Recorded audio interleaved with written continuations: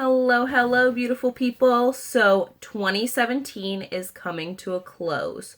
So I'm just doing this video to really talk to you guys about what have been my ups in 2017 and my downs in 2017 and what we're going to go into 2018 really thinking about. So this video is just going to be like, I'm just sharing some stuff, and I hope that maybe this video will help some people out, inspire you, get you going. So I'm going to talk about the ups of 2017. So 2017 has a ton of things in my life that were huge and great and amazing and the happiest times of my life. So going into it, family, it has been the best it's ever been. So I have my own family now. I have me and Freddie and Amara, and I just feel like, I'm marrying this man who is my best friend. We co-parent so well together. I just feel like we jive. We're like two peas in a pod, me and this guy. Hey, babe. Yeah. And then my little munchkin, who is like the light of my life, this little human who surprises me every day, and how smart she is. Little trickster. She is. She really does blow me away. My immediate family, so my parents, my siblings, everyone close to me. It's been a great year, as well as with my in-laws, who I am so close with, and I'm able to have a really great relationship with them. So that to me is very important. In 2017, we started wedding planning. We're getting married. So everything with that, along with picking our wedding date, it's been so exciting. My journey with work. So I work for Specialized Property Services, and this year I got a promotion into a different position as the operations assistant. I love working with all of the employees, scheduling them. It's just my jam. I love interacting with people. I love training. It's just something I love to do every single day. And then I'll also say my unique journey has been amazing. I joined a wonderful company. Okay, so I get to be my own business owner. Okay, with a company that I can wear products from. So I was someone who always wanted to wear makeup, but was always so allergic. It didn't matter if I bought it at the drugstore. It didn't matter if I went to expensive boutiques or makeup stores. I had allergies. My eyes would be burning out of my head. My skin would have reactions. So the fact that I found a company that I can wear makeup with every single day and be comfortable and feel myself and really enjoy this stuff, as well as it's just a group of women. All these women and men with this company are here to support you, and it's for a great cause. Something that's really near and dear to my heart is helping women who have, suffered traumatic or sexual abuse when they were children. Hello. Working for a cause to help these women recover, get back on track, move forward with their lives when they've been through something so traumatic. And I think that's amazing. So I'll say 2017 started perfectly for me. I'm the happiest I've ever been. It was great. Everything was going so well. So let's talk about the downs, right? So every year there's ups and downs.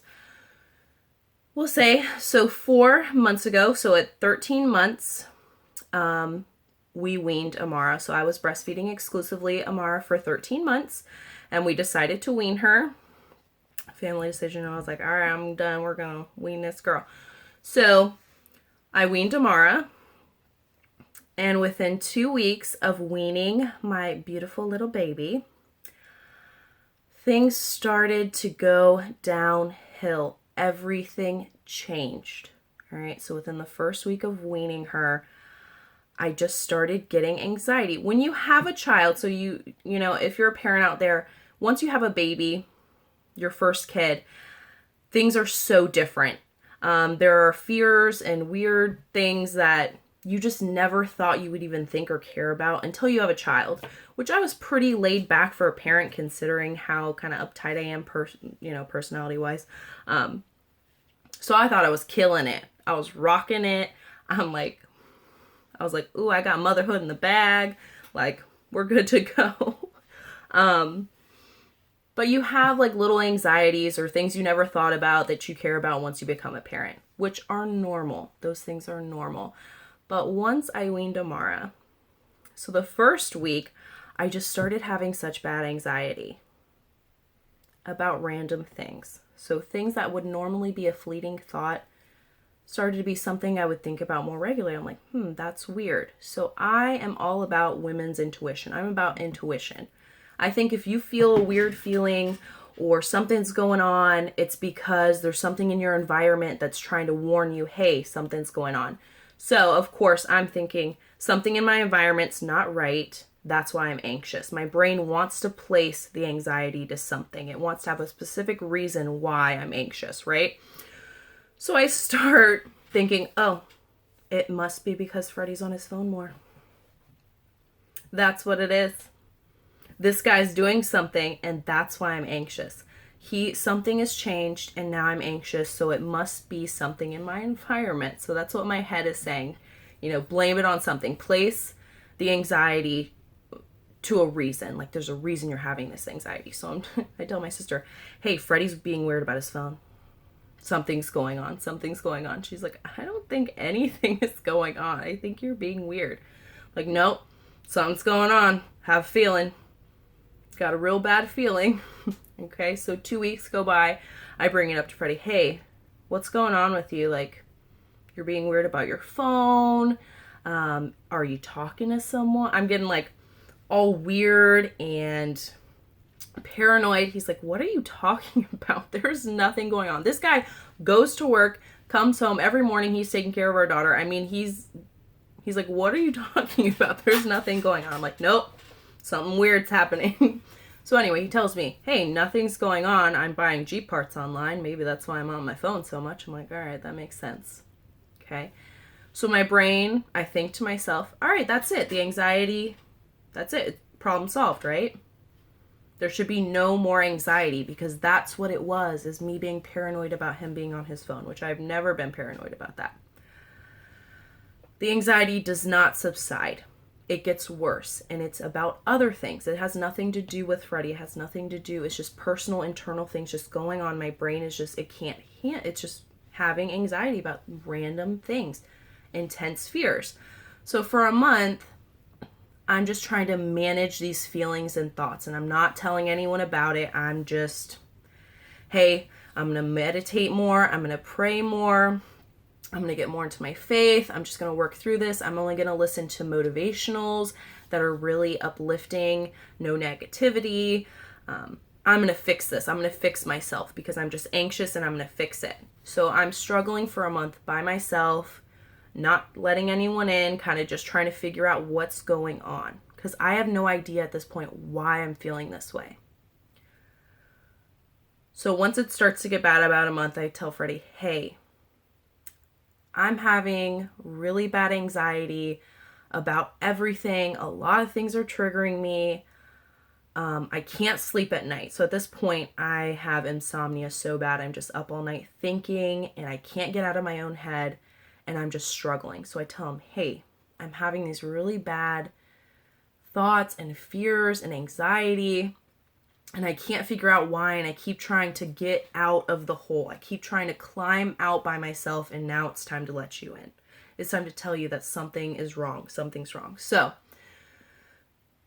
we spring into action. He wants to try to help me. Okay, hey, let's listen to meditations at night. Let's try to do things to help you sleep better. You need more time to yourself. Let's do... you need to get more into your faith, start going to church more, and that's gonna start to help you. And I was like, that's true. So then we also chose okay, let's not watch TV shows or things that'll trigger your anxiety. I'm like, all right, sounds good. We got this in the bag, right? So another month goes by and the anxiety is just getting worse and worse. And every day it is more and more. All right. To the point where I no longer had feelings. The feeling I had was gray. Gray is a feeling. It's an emotion. All I could feel was gray with spikes of fear and anxiety. There was no love. There was no joy. There was no happiness. There was no sadness. There was no crying. There was nothing. There was no anger. I literally had no other feelings besides anxiety and fear. So no feelings with spikes of intense anxiety and fear every single day. So a friend comes over, we're talking, she's telling me she's going through some stuff. She's telling me about the anxiety she's dealing with, all these things. And I remember saying to her, yeah, I'm going through all this. I'm telling her, and she's like, that doesn't sound anything like my anxiety that I deal with on a regular basis. I'm like, no, it's really weird. I said, I know I love Freddie and I know I love my daughter, but I don't feel it. Okay, you hear what I said? I can't feel love for my family. Something is wrong. Something is wrong. Okay, so within a 3-month period, I am like just going through hell, trying to figure out what's wrong with me. So I know I need to see someone. I know I need to talk to someone. So I booked my annual physical with my doctor, and I kept saying to myself, okay, tell them that you need to be evaluated for postpartum issues. Of course, I have fear of doctors. It's a little side thing. I have anxiety about seeing doctors. So I only want to see my doctor, the doctor I've had for 8 years. I only want to talk to her.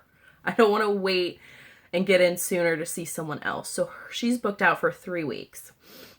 And I'm like, okay, I'm going to tell them when I book the appointment to set me up for an evaluation. Of course, I chicken out. I don't say anything. I just say, oh yeah, book me for my annual. That's when my doctor's available. Let's just do that. I only want to see her. Cool. So the next day, my best friend comes over. She's like, no, you need to tell them that you need to be evaluated because you're going to chicken out when your annual comes around for your physical and not say anything. And I know you, and you need to tell them to make sure that it gets evaluated, to make sure that you're getting help. Okay. So Monday rolls around. I call the doctor's office. I'm like, hey, I need to be evaluated for postpartum. And I already have an appointment set up, so just put it on that appointment. Well, she says, okay, well, let me put you on hold for a minute and I'll get back to you. I'm like, okay, great. She immediately gets back on the phone after about a minute and is like, all right, well, we need you to come in today at noon. It's 10 a.m. on Monday. So they're like, we want to see you today at noon. You're going to see a different doctor, which I've already met all the doctors at the practice. So it's not too much of a shock, but I'm still a crazy person when it comes to doctors. I'm going to have anxiety. It just is what it is. So I call Freddie, hey, I got an appointment to be evaluated. I'm really scared. I'm really freaking out because that's the hardest step, is to make the initial appointment, to make the steps and go do it. So that's why I'm coming here to tell you guys this story, because if you're someone who is struggling, if you're someone who's dealing with something like this, the hardest part is actually making the appointment. And it is so hard, but just do it, because once you do it, it is the best thing. Okay. So I go in, of course, on my way home to go, because I told Freddie, you're going to have to drive me because I'm going to be hysterical, just letting you know, just an FYI. So I cry the whole way from my office to my house, which panic attacks only last 20 minutes for me. They're only going to last 20 minutes. So I'm just going to have my panic attack, get home, cry it out, and then I'll be okay to go to the doctor, which did happen. And they're hard, but I know I can make it through the 20 minutes. We'll be okay. Everything was fine. So we drive to the doctor's office. They present you with a pamphlet, the same pamphlet they presented me with at my 6-week postpartum appointment once I had Amara. They want to evaluate you and make sure you're feeling okay. And I remember reading it at 6 weeks postpartum and thinking, man, these questions, it's 8 questions. Like, these must be the worst case scenario. Like, most people must not feel this. Like, this can't be real, because they just seem so extreme. They just seem like, no, people can't feel like this. All right. So 8 questions, right? And they're rated 1 to 5. So 1 is like not often, you don't feel those feelings at all. And then 5 is often or most of the time.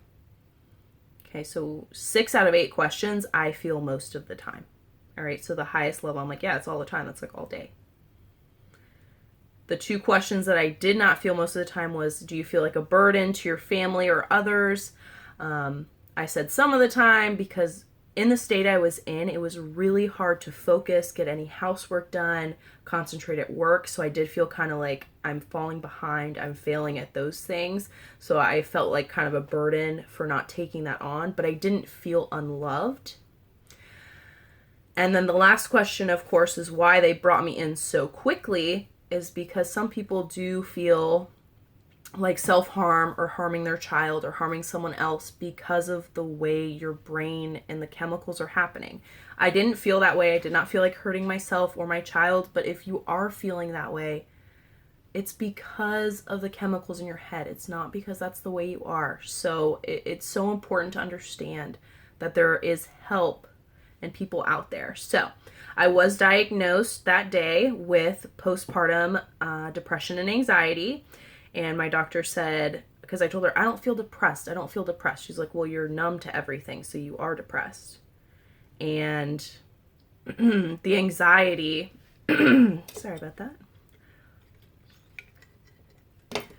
Usually the anxiety is going to present itself first, and then that kind of develops into postpartum depression, and it can get very severe. So we want to make sure that we're kind of getting you out of this hole before you're too far in it. And I'm like, yes, I would like to not be anxious. Like a 10 on a scale of 1 to 10, I was a 10 every day. From the moment I woke up to the moment I went to sleep, it was just anxiety, like eating me up. You know when you have fear and you're scared and you feel cold? That moment of like fear where it like jolts you? That was feeling that constantly every day. It was a horrible feeling. So the fact that I went in and she prescribed me, so things, I've only been really diagnosed for 2 weeks now, and things have been so much better. Just working towards, getting better. She gave me a prescription that's helping, as well as I have scheduled therapy appointments, because that is also part of recovery. You need to talk it out and, get through things. I want to talk to someone. I want someone to help me get through this. So it's important to me to have those 2 things in conjunction with each other. So if you're someone who's really struggling and you're going through something that on a daily basis is affecting your life, that's not normal. You need to go see someone. You need to talk to someone. So if you want to reach out to me and say, hey girl, I'm going through this. I heard you were going through it. What steps do I need to take? Or hold me accountable on taking the steps to get that help. Because it took me 3 months, and I know a lot of people struggle with it way longer than that. And you deserve to be happy. You deserve to have someone to talk to. Okay, so I'm just saying that. Now, let's talk about 2018. So that's enough about what I'm going through personally. And I'm not cured. Okay, it will take time to get my hormones back in balance and back in shape and kind of get back to where I was. But I'm feeling happiness. I'm feeling love again. I get frustrated again. I get sad, I'm feeling emotions, which is much better than not feeling anything at all. That was not fun. That was not a good time. So that's awesome. There are times I need to manage my anxiety and feelings. They still, pop up every now and then, but it is a much better place than I was, which is great. 2018, let's talk about it. 2018 for me is going to be all about self-love, self-care. Okay, that's about health. That's about loving myself, making time for me and my family. So time management is also something I'm working on in 2018. Why? Because I'm working my job. I'm working unique. I have a child. I have the love of my life. So really managing time, and then myself. I need to manage time for myself. I need time scheduled that's just for me. Self-love, self-care. And that's important. And everyone should be doing self-love, self-care.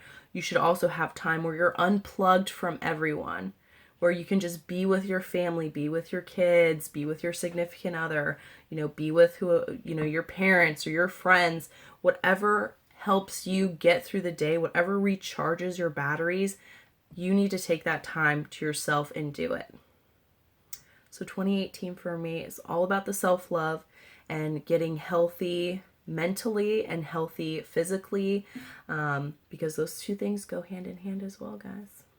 Keep it in mind. But time management really, really is important, because you have to make time for yourself. You have to make time for your family. And that's what's going to refuel you and make you feel great and help you have the best 2018. So if you're watching this, or if you know someone that could really benefit from seeing this, maybe you know someone who's struggling with mental health and not giving time for themselves, feel free to share this. I ain't shy. Hey, y'all. Hey. But thank you all for watching, and I'm so excited to go into 2018 surrounded by everyone, and have a great new year. Goodbye, everyone.